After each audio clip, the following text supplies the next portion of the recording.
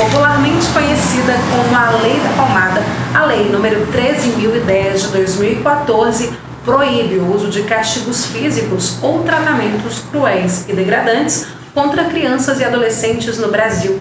Ela protege as crianças de situações como as flagradas numa praia meses atrás de um pai batendo em suas filhas. Ações como essa são proibidas e a lei prevê prisão e multa para os agressores. Cadê os caras para arregaçar ele?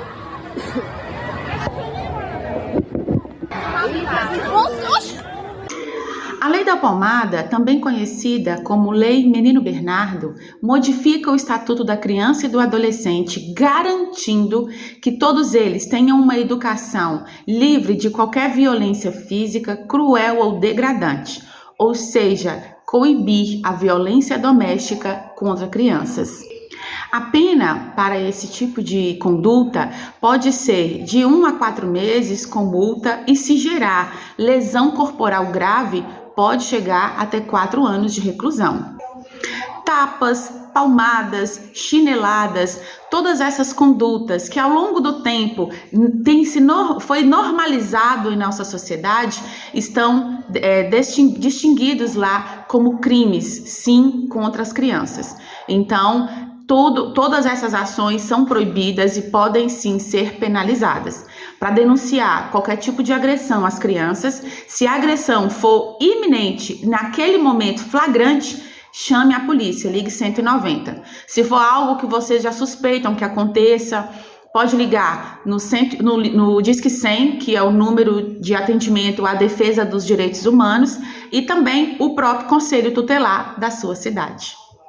A orientadora parental, a Yesra Marques, explica por que o ato de bater pode parecer que funciona. Por que bater funciona? Porque se eu tenho uma criança de 4, 5 anos que está aprontando, né, uma criança pequena, não necessariamente 4 ou 5 anos, foi só um exemplo, mas se eu tenho uma criança pequena que está aprontando e eu vou lá e bato na criança, ela vai sentir medo. E a criança com medo vai parar o comportamento, porque o medo faz a gente parar, né?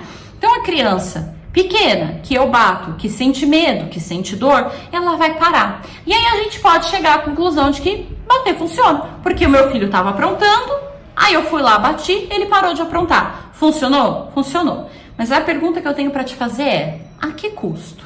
Bater funciona, só que funcionar não significa ser bom, tá? Então se você bate no seu filho, ele vai sentir medo, pode ser que ele pare, pode ser que você resolva ali naquele segundo o mau comportamento dele. Mas por trás disso, você vai estar colocando um monte de problema, um monte de trava, um monte de outras questões que você não está levando em consideração. Bater não é, nem de longe, o melhor caminho na hora de educar. Você sabe por quê? Porque vai chegar uma idade que o teu filho vai parar de ter medo de você. E aí na hora em que chegar nessa idade, você vai fazer o quê? Porque aí bater não vai funcionar mais. Bater só funciona enquanto a criança tem medo. Ele vai crescer, ele vai aprender a mentir, ele vai aprender a fazer escondido.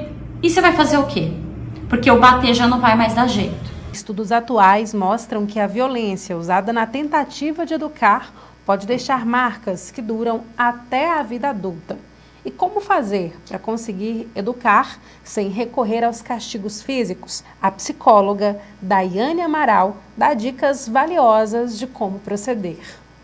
Vários estudos científicos indicam que gritos e palmadas trazem sérias consequências no desenvolvimento cerebral da criança.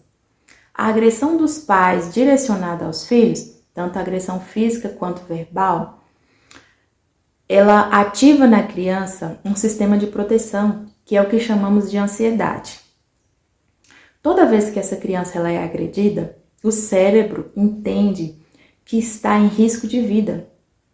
O corpo dessa criança, então, começa a liberar hormônios do estresse, que faz com que essa criança ela sinta muito medo, ela fique agitada, ela fica irritada, e isso impacta negativamente o desenvolvimento e comportamento dessa criança, o que pode causar traumas, que pode também gerar consequências na vida adulta.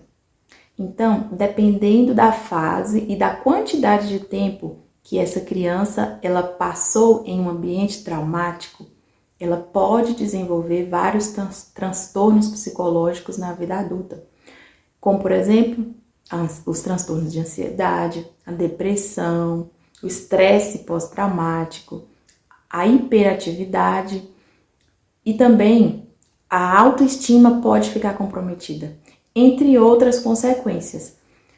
A notícia boa é que esses transtornos, eles podem ser revestidos na vida adulta através de um tratamento psicológico adequado. Então, o grande desafio é como educar sem bater, como colocar limites sem bater.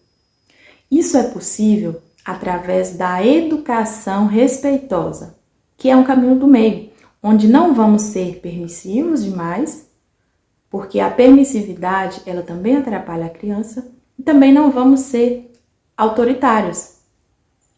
Nós vamos educar colocando limites, sendo gentil e respeitoso ao mesmo tempo. Então, educar com respeito é acolher essa criança.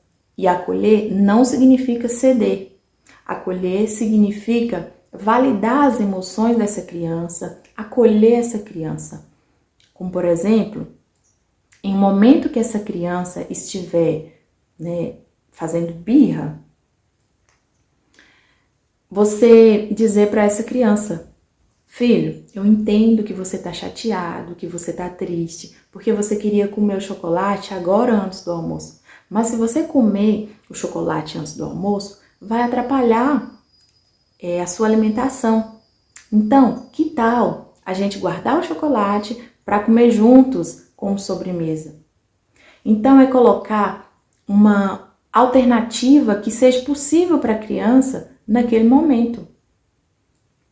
Toda criança, o adulto, quem não gosta de se sentir amado e aceito, com a criança não é diferente. A criança, ela precisa se sentir amada, precisa se sentir aceita. E por trás do mau comportamento infantil, existe uma necessidade emocional não atendida. E entender sobre isso ajuda os pais a lidar com o comportamento dos filhos de uma forma saudável.